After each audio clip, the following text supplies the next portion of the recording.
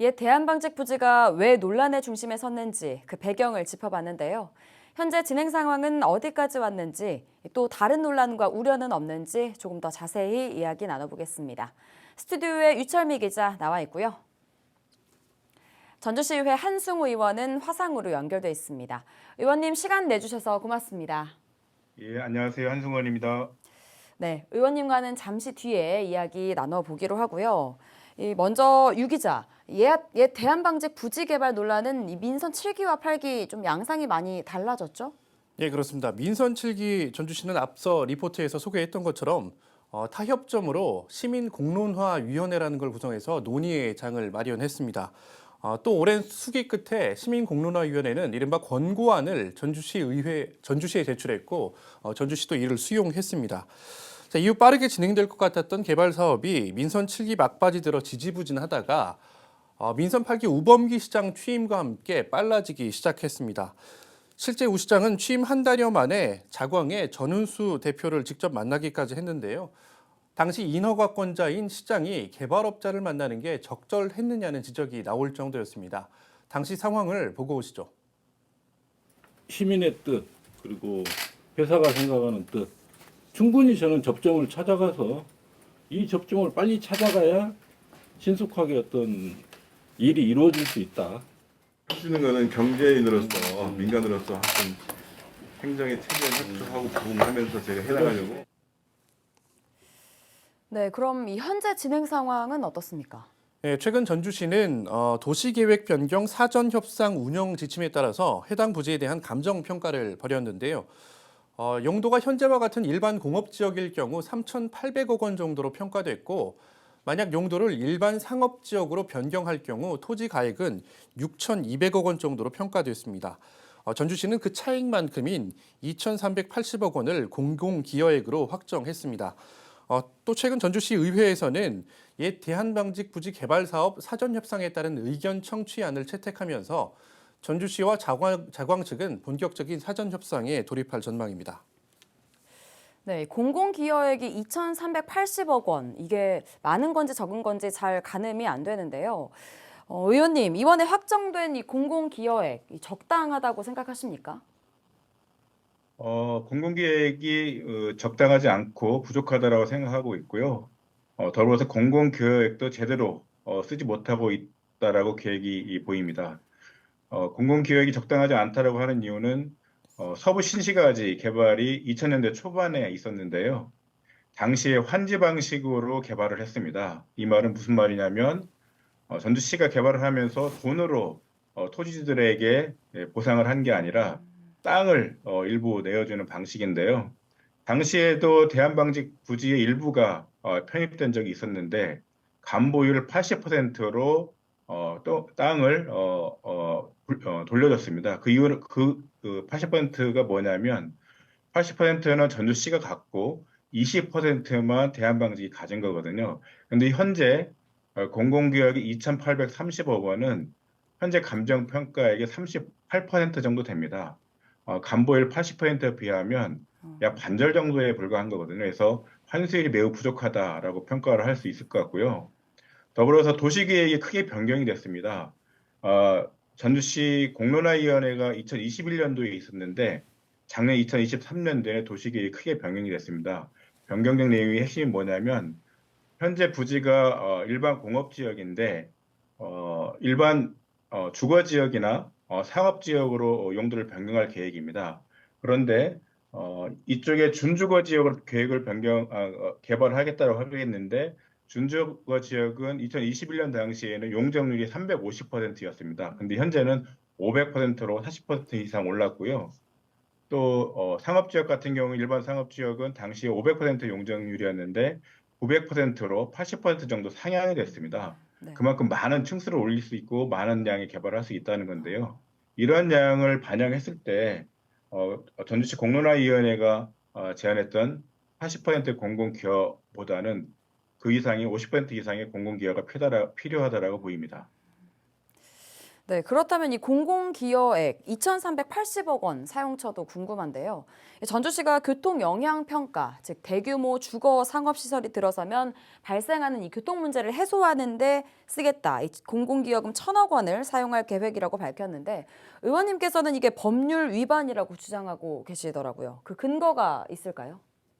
예, 2,830억 중에 약 1,000억 원을 예를 들어서 홍산로 지하차도 건설에 700억 원, 마전들로 교량 설치, 신규 설치 약 122억 원 등 1,000억 원을 교통 개선 대책에 쓰겠다라고 얘기를 하고 있습니다. 그런데 도시교통 정비 촉진법이라고 있는데요.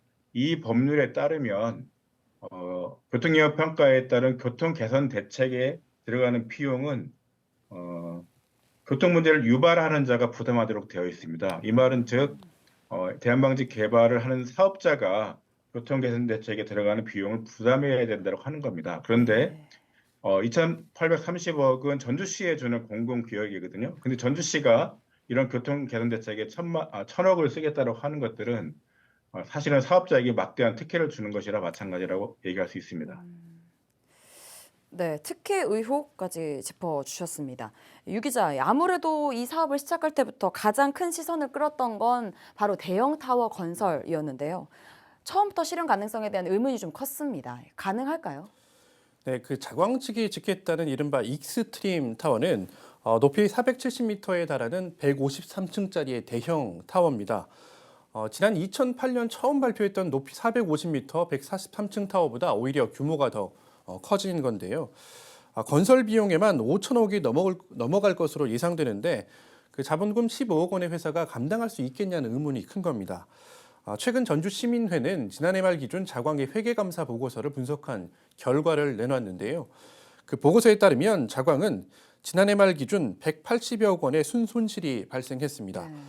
특히 유동부채가 유동자산보다 더 많다는 점을 그 이유로 들었는데요. 쉽게 말해 1년 내 갚아야 할 빚이 768억 원이 더 많다는 이야기입니다. 자, 여기에 전국적으로 타워를 짓겠다고 공언해놓고 수십 년간 지지부진한 사례도 적지 않은데요. 자, 예를 들어서 부산 롯데타워는 백화점과 함께 건립하겠다는 조건으로 건축 허가를 받았지만 사업성 문제 등을 이유로 20년 넘게 타워는 짓지 못하고 백화점만 운영 중입니다. 네. 또 인천의 청라시티타워 같은 경우에는 역시 2007년부터 사업이 추진됐지만 사업자 선정부터 증가한 공사비에 대한 추가 분담금 문제로 갈등을 겪는 등 아직까지 공회전 중입니다.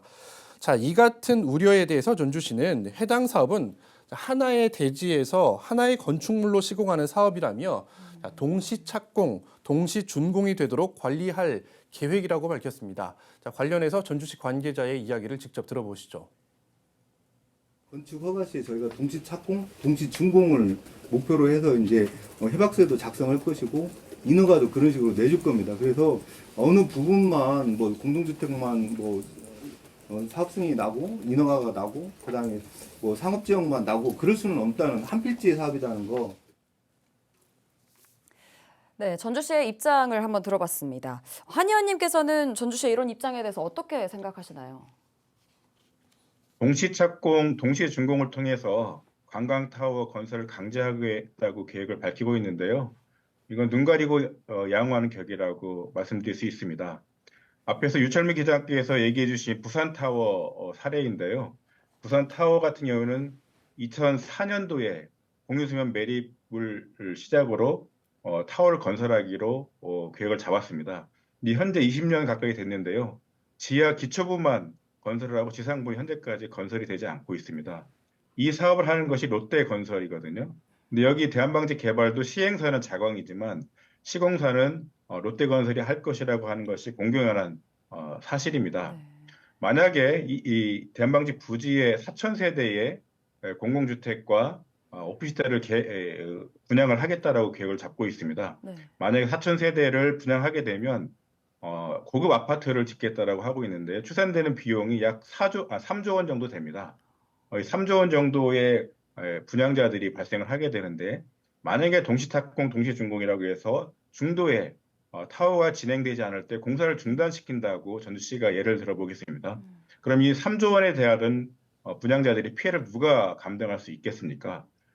결과적으로는 아파트는 올라갈 수밖에 없고 타워가 올라가지 않더라도 그것을 예방할 수 있는 방법은 매우 부족하다라고 생각하고요. 그래서 눈 가리고 야옹이다라고 생각하고 있습니다, 저는. 네, 그러면 어떻게 하면 이 전주 시민들에게 더 큰 이익이 되는 사업으로 갈 수 있을까요?